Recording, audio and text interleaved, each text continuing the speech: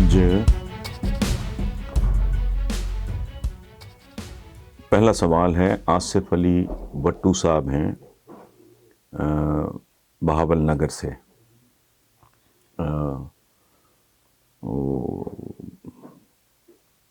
وہ کہتے ہیں کہ سابقہ حکومتوں میں بھی فیوریٹزم تھا اور اس حکومت نے بھی اس روش کو اپنایا، جس کی تازہ مثال نعیم بخاری کا چیئرمین پی ٹی بی بننا ہے.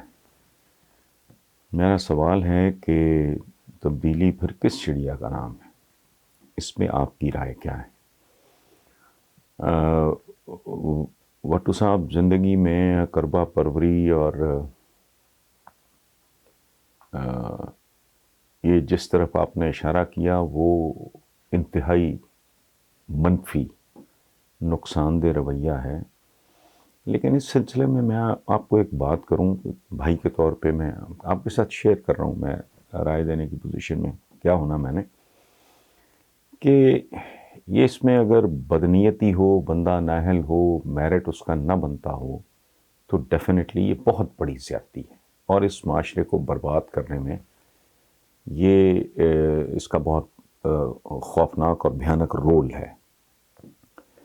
ایک بات میں آپ کو بتاؤں کہ یہ 70s کی بات ہے، بھٹو صاحب کے زوال سے کوئی 1.5 سال پہلے انہوں نے ایک اسکیم متعارف کرائی تھی. اسے کہتے تھے لیٹرل انٹری، کہ اگر کوئی آدمی کسی کام کو جانتا ہے، ذہین ہے، ڈیلیور کر سکتا ہے، اور اس نے کسی بھی وجہ سے سول سروس کا ایگزام نہیں دیا اور آپ کو حکومت کو مطلب اس کی خدمات کی ضرورت ہے، تو آپ اس کو انڈکٹ کرو. خود میرے ساتھ یہ ہوا کہ میں I was inducted in grade 18 ceiling. عمر میری بہت، I was in my 20s. تو ڈائریکٹر پروونشل کوآرڈینیشن کے طور پہ میں نے جوائن کیا اور میرا خیال ہے کوئی 2-2.5 سال میں نے وہاں گزارے. اور مجھے جو انہوں نے جاب دیا وہ تھا پبلیکیشنز کا چارج انہوں نے مجھے دے دیا. اس میں ایک انگلش ماہنامہ تھا، ایک تھا اردو، اس کا نام تھا السیف، اور کچھ اور پبلیکیشنز تھیں. میں نے اس بات پہ کسی سے کوئی ایوارڈ یا انعام تو نہیں لینا، سرٹیفکیٹ نہیں لینا. I did an excellent job، حالانکہ I was very young. 18واں گریڈ کا سیلنگ. اس میں 2 سال 2.5 سال کے بعد اس کے جو سیکرٹری انچارج تھے وہ تھے اپنے زمانے کے، سول سروس میں آنے سے پہلے وہ پاکستان کی ایک بڑی مشہور فلم ہے 94 تیرے مکھڑے تے کالا کالا تلب منڈیا سیال کوٹیا، اس کے وہ ہیرو رہ چکے تھے. سابق جرنلسٹ تھے، بہت قابل آدمی تھے، بہت ہی خوبصورت انگریزی لکھتے تھے. بعد میں وہ سول سروس میں آ گئے. وہ مجھے لے کے گئے تھے اور انہوں نے مجھے اسلام آباد لے جانے کے لیے تقریباً 1 سال. ان کی اہلیہ، اب ان کی ڈیتھ ہو گئی، جہانگیر خان صاحب کی. ان کا جو بیٹا ہے ہینڈسم سا لڑکا، آپ نے دیکھا ہو، شامل خان ٹی وی سٹار، وہ ان کا بیٹا ہے. تو ریحانہ بھابی اور وہ لاہور آتے تھے تو میرے پاس تشریف لے آتے تھے اور مجھے آہستہ آہستہ انہوں نے ذہنی طور پہ تیار کرنا شروع کیا. اور پھر 1 سال کے اندر میرا ان کے ساتھ بہت پیار محبت ہو گیا. تو ریلیشن شپ ایک ایسے لیول پہ چلا گیا، تو میں ان کو جہانگیر بھائی کہنے لگا، اور وہ اس لیول پہ ریلیشن شپ چلا گیا کہ وہ مجھے حکم بھی دے سکتے تھے. تو انہوں نے کہا کہ بیٹا تم میری خاطر کر لو، چھوڑ دینا، لیکن تمہارا ایکسپوئر بڑھ جائے گا. فیڈرل گورنمنٹ کیا ہوتی ہے، کیسے کام کرتی ہے، اور اسلام آباد اس ملک کا مستقبل ہے، کیپٹل ہے. وہ 70s میں تو وہاں تھا ہی کچھ نہیں. ایک آدھ سینما، سراج کبڈ مارکیٹ، جناب سپر مارکیٹ، کچھ بھی نہیں، آپ پارا، باقی تو ہمیں ویرانہ تھا. عرض کرنے کا مقصد یہ ہے کہ میرے ساتھ انہوں نے کوئی کربا پروری نہیں کی. میرے پیچھے دھنک کا، تصویر کا اور 2-3 میگزینز کا میں ایڈیٹر رہ چکا تھا اور میں نے ڈیلیور کیا تھا. وہ مجھے اس امید پہ مجبور کر رہے تھے. وہ میرے ساتھ ان کی کوئی رشتہ داری، نہ میرے کلاس فیلو، نہ کچھ، کوئی لینا دینا نہیں تھا.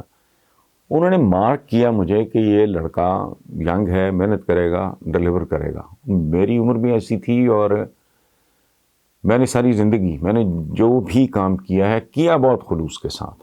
میرے پاس اب بھی نوجوان آتے ہیں تو میں ان کو کہتا ہوں کہ بیٹا اگر مجھے خاک روب کا کام کرنا پڑے نا تو میری کوشش یہ ہوگی کہ میرے جیسا جھاڑو کوئی نہ دے.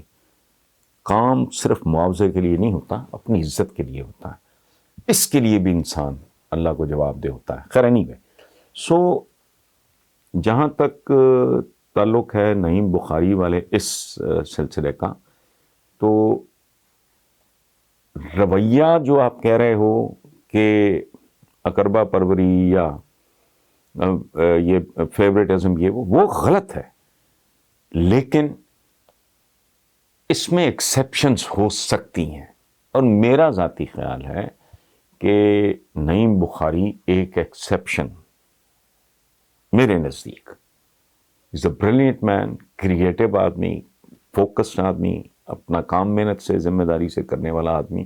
اور ایک بات میں آپ کو عرض کر دوں ایک بھائی کے طور پہ، میری ان کی زندگی میں صرف ایک ملاقات ہے. میرا کوئی لینا دینا ہوتا ہے، کوئی دوستی ہے، کوئی تعلق ہے فلانا نہیں، اور میں ان چیزوں کی پرواہ بھی نہیں کرتا. میرے زندگی کے اپنے اچھے برے جیسے بھی معیار ہیں، اس میں تو اگر میری اولاد بھی اس کی زد میں آ جائے، میں رائٹ آف کر دینے والا آدمی میں نہیں کرتا. تو آپ نے میری رائے مانگی ہے تو میں نے اپنی دیانتدارانہ رائے دے دی ہے. ایک رویے کے طور پہ یہ بہت مکروہ حرکت ہے، آپ نے درست کہا، لیکن اس میں ایکسیپشنز ہوتی ہیں.